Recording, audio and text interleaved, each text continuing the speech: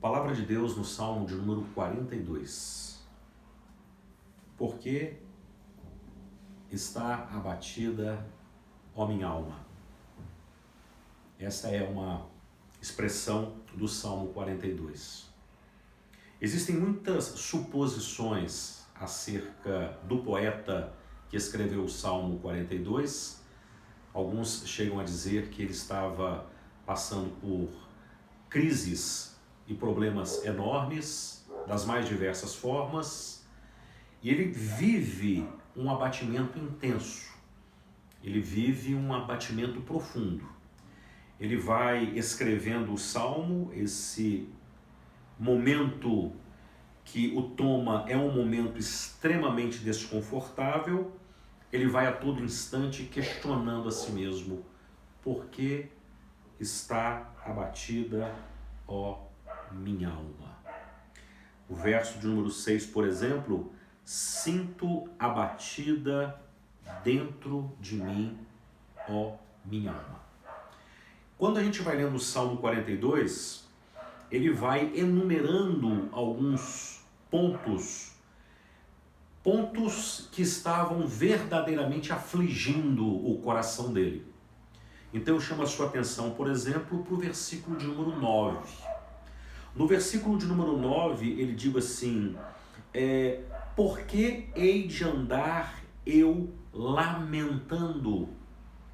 O lamento era algo que o afligia fortemente ao ponto dele sentir a alma abatida. A expressão no texto hebraico para o lamento traz a ideia de algo que o afligia profundamente. É como se ele estivesse coberto de cinzas, é como se ele estivesse verdadeiramente sufocado por uma situação muito, muito dificultosa.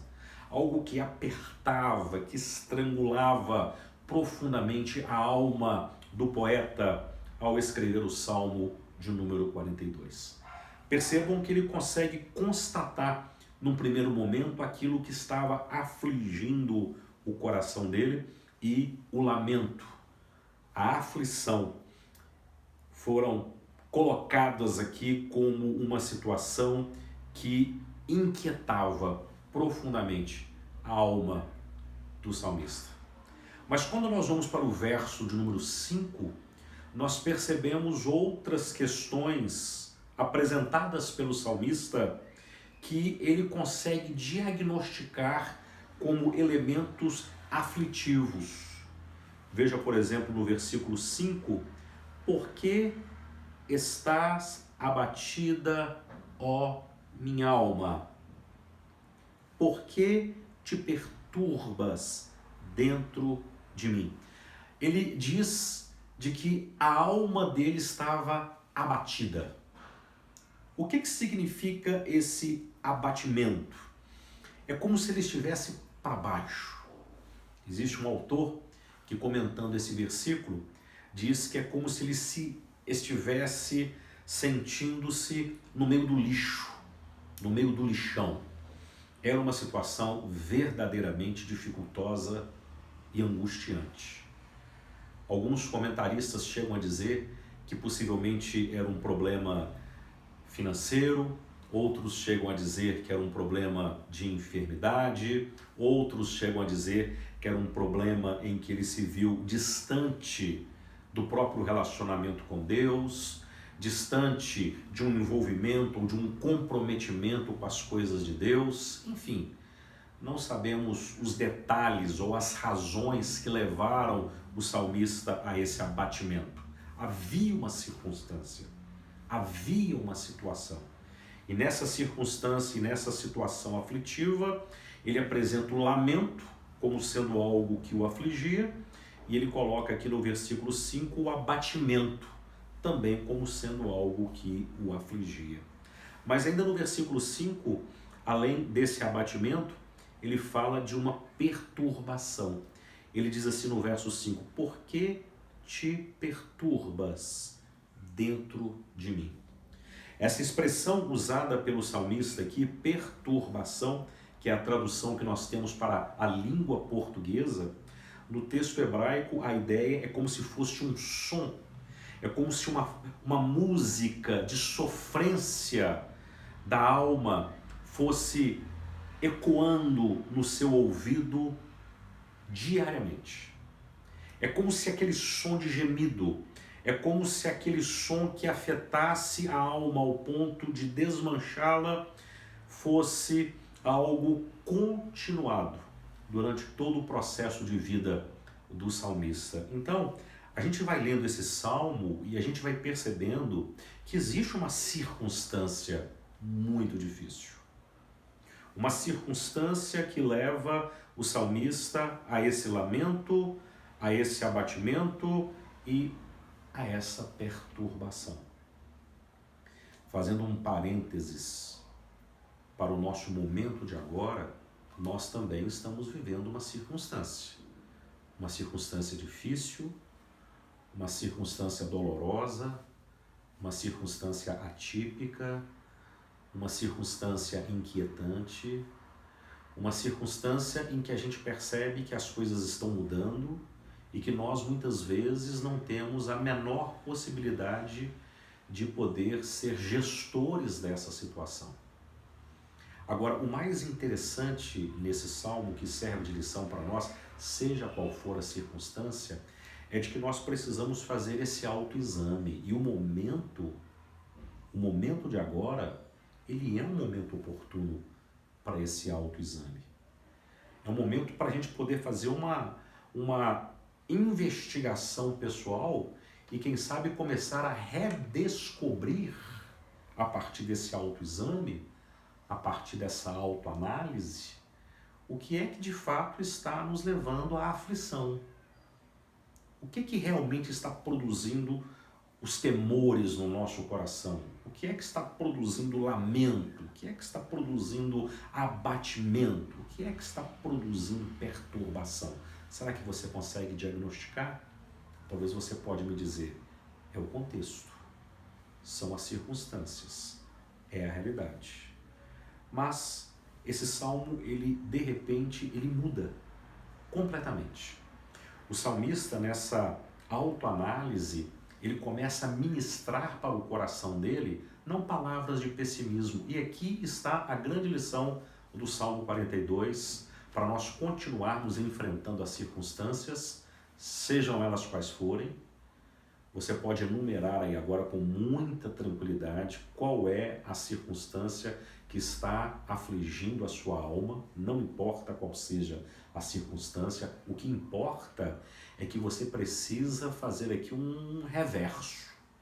Ao invés de continuar ministrando para você mesmo, ao invés de continuar dizendo para você mesmo palavras de derrota, de pessimismo, de aflição, de abatimento, você tem que fazer exatamente o que ele faz.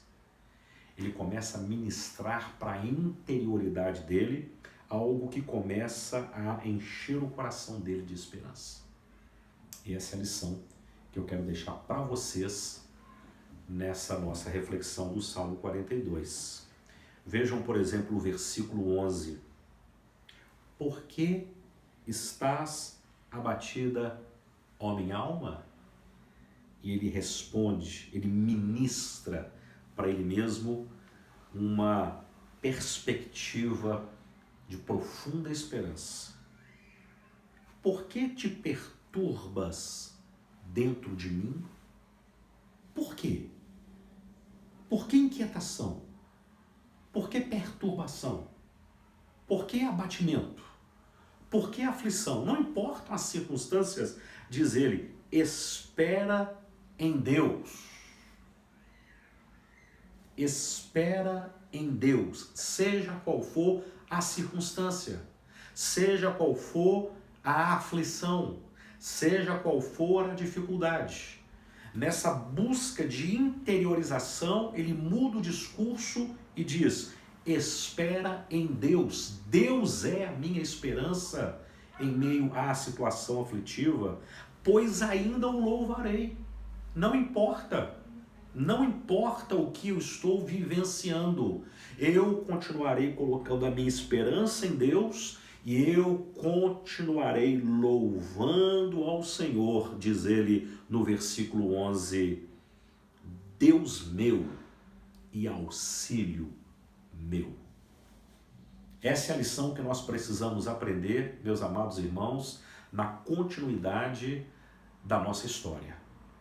Uma história que muitas vezes é marcada por situações inesperadas. Existem questões na vida que muitas vezes chegam e quando elas chegam, elas provocam um colapso. Se nós abraçarmos e interiorizarmos essas circunstâncias aflitivas e começarmos a ministrar para dentro do nosso coração, para nós mesmos, o lamento, o abatimento, a aflição, nós vamos começar a definhar. Nós vamos começar a entrar em desespero. Nós vamos começar a entrar na mais profunda crise mental, espiritual, emocional. Mas quando nós olhamos para as circunstâncias, sejam elas quais forem, e conseguimos nessa interiorização olhar para Deus como a nossa real esperança, olhar para Deus e continuar louvando ao Senhor, olhar para Deus e dizer, Ele é o meu auxílio, aí sim, nós vamos descansar, sejam quais forem as circunstâncias. Deus vai continuar agindo de forma soberana. Não há espaço para tristeza. O versículo 11 mostra que quando nós colocamos Deus como nossa esperança, quando nós colocamos Deus como nosso auxílio, quando Deus passa a ser a motivação da nossa adoração, toda tristeza cessa. Toda inquietação circunstancial cessa. Deus é a minha esperança. Deus é o meu auxílio. Deus é aquele que merece a minha adoração. E para concluir, eu quero deixar uma frase de um pensador que disse que você lembra da vida olhando para trás. Mas ao mesmo tempo que você lembra da vida olhando para trás, você vive a vida olhando para o futuro. Vejam bem, você, de uma certa forma, lembra da sua vida olhando para trás. Mas você vive a sua vida olhando para o futuro.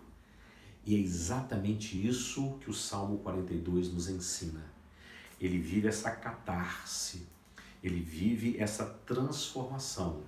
Ele para de olhar para si mesmo, ele para de olhar para as circunstâncias, ele para de orar para as inquietações, ele para de orar para as perturbações, ele para de olhar para as circunstâncias difíceis e conclui dizendo, Deus é a minha única esperança. Deus meu. Deus é o meu único auxílio. A Ele adorarei. Que a palavra de Deus possa encontrar morada no seu coração e que você enfrente as aflições da vida, enfrente as circunstâncias da vida, sejam elas quais forem, não ministrando para o seu coração palavras de derrota, pessimismo, abatimento, inquietações, aflições, perturbações. Não pare de ministrar para você mesmo aquilo que não traz esperança. Comece a ministrar para o seu coração, comece a ministrar para você aquilo que traz esperança. E eu, Senhor, o que espero, diz o salmista, o Senhor é a minha esperança. Que Deus te abençoe, que Deus te fortaleça, que Deus te proteja e que você possa começar mais uma semana fazendo essa introspecção, fazendo essa tomografia da alma, do seu coração e tirando, colocando para fora tudo aquilo que porventura venha inquietar a sua alma, sejam circunstâncias, sejam ministrações da sua própria mente ou do seu próprio coração. Tira tudo isso e comece a ministrar louvores, comece a ministrar adoração, comece a depositar a sua esperança exclusivamente em Deus, aquele que morreu na cruz e venceu todas as coisas. e continue adorando, continue cantando, continue louvando, salmodiando, porque se Deus é por nós, quem será contra nós? Que Deus te abençoe, muita paz para o seu coração, em nome de Jesus.